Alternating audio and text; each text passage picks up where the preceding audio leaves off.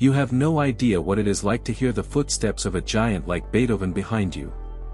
Brahms said this to a friend, and he said it in explanation of why he had not yet written a symphony, at an age when Beethoven had already written 9. He was not being modest. He was describing a specific psychological condition, the burden of inheriting a tradition so powerful that any addition to it risked looking small by comparison.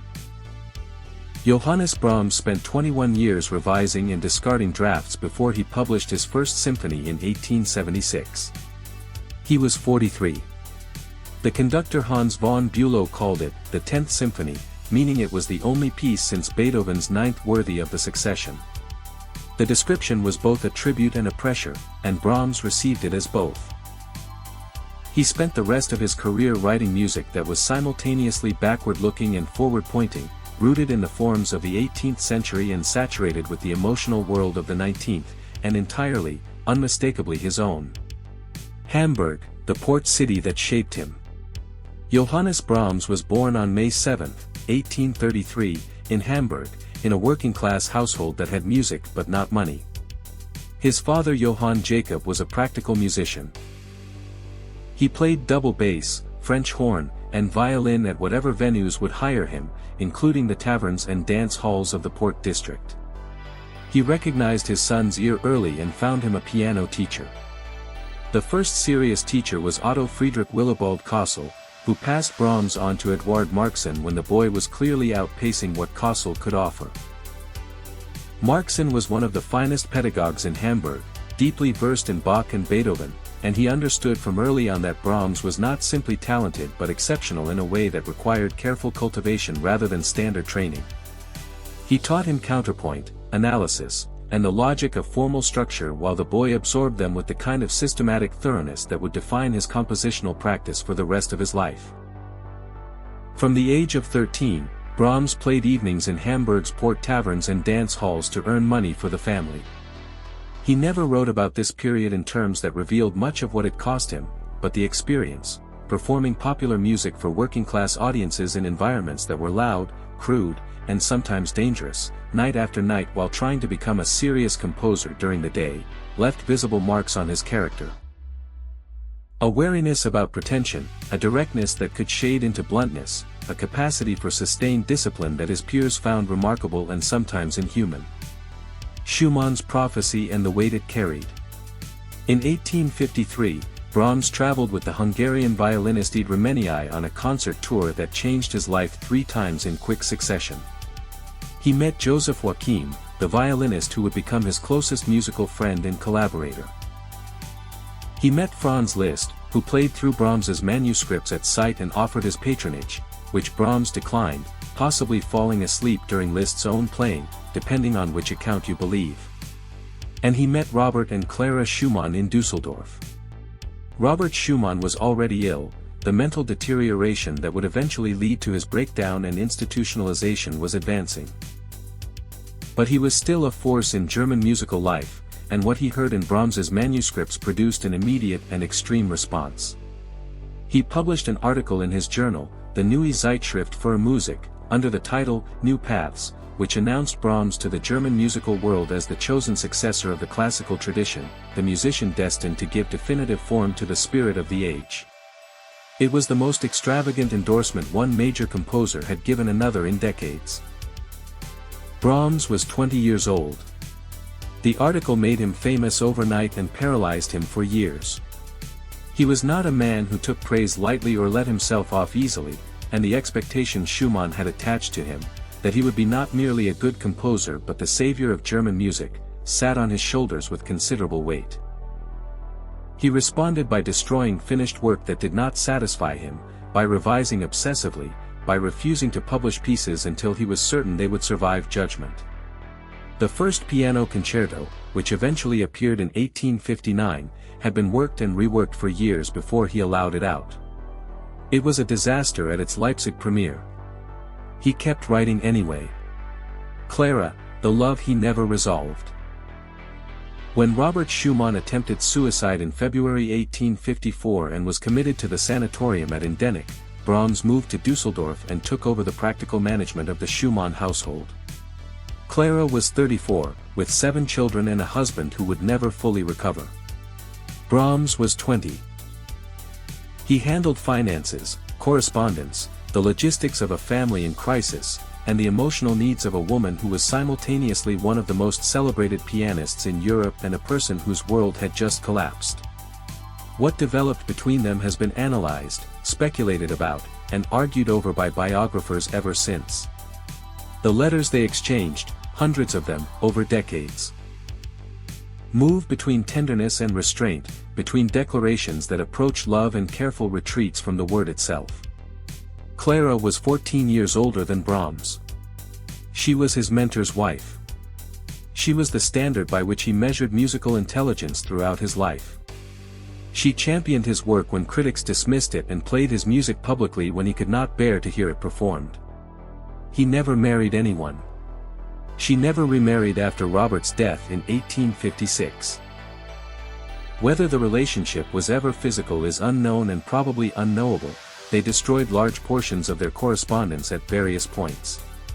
What is clear is that Brahms organized his emotional life around Clara Schumann for 4 decades, and that the specific quality of longing and restraint that runs through much of his music, the sense of something intensely felt and carefully held back, is inseparable from this relationship. He wrote to her throughout his life. He told her things he told no one else. When she died in May 1896, he rushed to Frankfurt but arrived after the burial. He was devastated in a way that his characteristic reserve could not entirely contain. He died 11 months later. The German Requiem, a consolation for the living. The work that established Brahms's reputation across Europe was not a symphony or a concerto but a large-scale choral work, the Ein Deutsches Requiem, a German Requiem. Completed in 1868 and premiered in full in Leipzig that year. It was the first piece that showed the breadth of what he was capable of, and it remains one of the most performed large choral works in the repertoire. The German Requiem is unusual in almost every respect. It is not a Latin Mass for the dead, the standard form of the Catholic Requiem with its fixed liturgical text. Instead, Brahms compiled his own text from the German Bible, selecting passages that address the living rather than the dead, offering consolation to those who mourn rather than praying for the souls of the departed. The result is a work that functions as a meditation on grief and on the possibility of comfort, rather than as a liturgical ceremony. It is addressed to human beings in pain, and it speaks to them directly. The immediate context was the death of his mother in 1865, which devastated him, and the longer shadow of Robert Schumann's death 9 years earlier. But the work refuses the specificity of personal mourning. Its scale, 7 movements for soloists, chorus, and orchestra, and its emotional range, from the hushed tenderness of the opening movement to the massive fugal affirmation of the penultimate chorus, make it a statement about loss and recovery that applies to any loss. The baritone solo, "Denn alles Fleisch ist wie Gras," for all flesh is as grass, sets the text with a gravity that no amount of familiarity makes less affecting. The soprano solo in the 5th movement, habt nun Traurigkeit, and ye now therefore have sorrow, is among the most purely beautiful things Brahms ever wrote. The 4 Symphonies, 21 years of waiting. Brahms began sketching what would become his first symphony in the mid-1850s, in the same period he was managing the Schumann household and falling into love with Clara. He put it aside. He returned to it. He put it aside again. He told friends he might never finish it. He finished it in 1876, when he was 43, and conducted the premiere in Karlsruhe in November of that year. The First Symphony in C minor is the most obviously Beethovenian of the 4. The key is the same as Beethoven's 5th, the trajectory from darkness to light is similarly explicit. The final movement contains a melody that Brahms acknowledged resembled the Ode to Joy and responded to questions about with characteristic dryness. Any as can see that. But it is not imitation. The harmonic language, the rhythmic complexity, the overlapping of duple and triple meter, the syncopations that displace the accent within the bar, and the emotional register are entirely Brahms's own. The Second Symphony in D major, written in the following year, is the opposite in temperament, sunlit, lyrical, pastoral in its associations, as if the labor of the first had cleared something. The third in F major combines power and elegiac tenderness in proportions that critics still argue about. Its third movement, a slow poco allegretto in C minor, has become one of the most recorded and most recognizable melodies Brahms ever wrote. The fourth in E minor, his last, is the bleakest and the most structurally ambitious. Its finale is a passacaglia, a set of variations over a repeating bass line, a form inherited from the Baroque, 30 variations built on an 8-bar theme, accumulating from chamber music intimacy to orchestral weight, ending not in triumph but in something closer to acceptance. It was the last symphony he wrote. It is by some measures the greatest. The Brahms Problem. Wagner and the War of the Romantics. Brahms did not choose the position he occupied in 19th-century musical politics. It was assigned to him.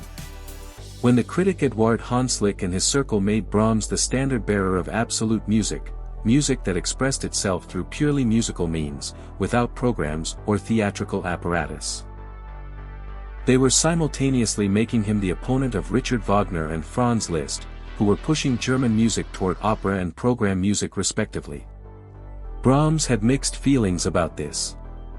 He admired Wagner's music, he owned the scores of the major operas, studied them, and said privately that Beethoven himself had not written a better melody than the quintet from Die Meistersinger. He was less enthusiastic about being anyone's symbolic weapon in a musical dispute he had not started. But the war happened around him regardless, and the terms of the debate, tradition versus innovation, form versus expression, the past versus the future, shaped how his music was received for decades. What the debate missed, and what subsequent generations have recognized, is that the opposition was false. Brahms was not a conservative writing backward-looking music in defiance of progress. He was a composer for whom the classical forms were not constraints but instruments. Tools for organizing musical time that were capable of containing more emotional complexity than the critics who called them outmoded had imagined. The passacaglia finale of the Fourth Symphony is a 17th-century form used to say something that could not have been said in the 17th century. The intermezzos of his late piano music use a miniature form to contain a depth of feeling that the miniature should not be large enough to hold. This is not conservatism. It is something more difficult. The late works, music written in pencil on the margins. In the last decade of his life, Brahms wrote less and said more in less space.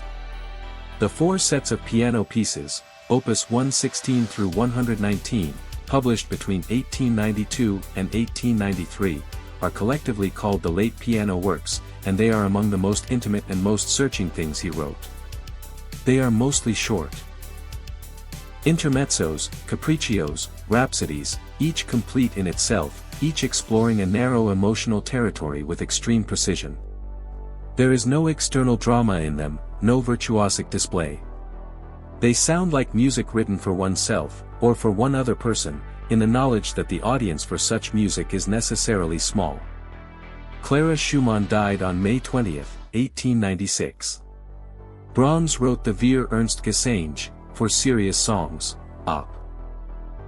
121, setting four texts from the German Bible on the subjects of death, the equality of all human beings before death, and love as the only thing that endures after death.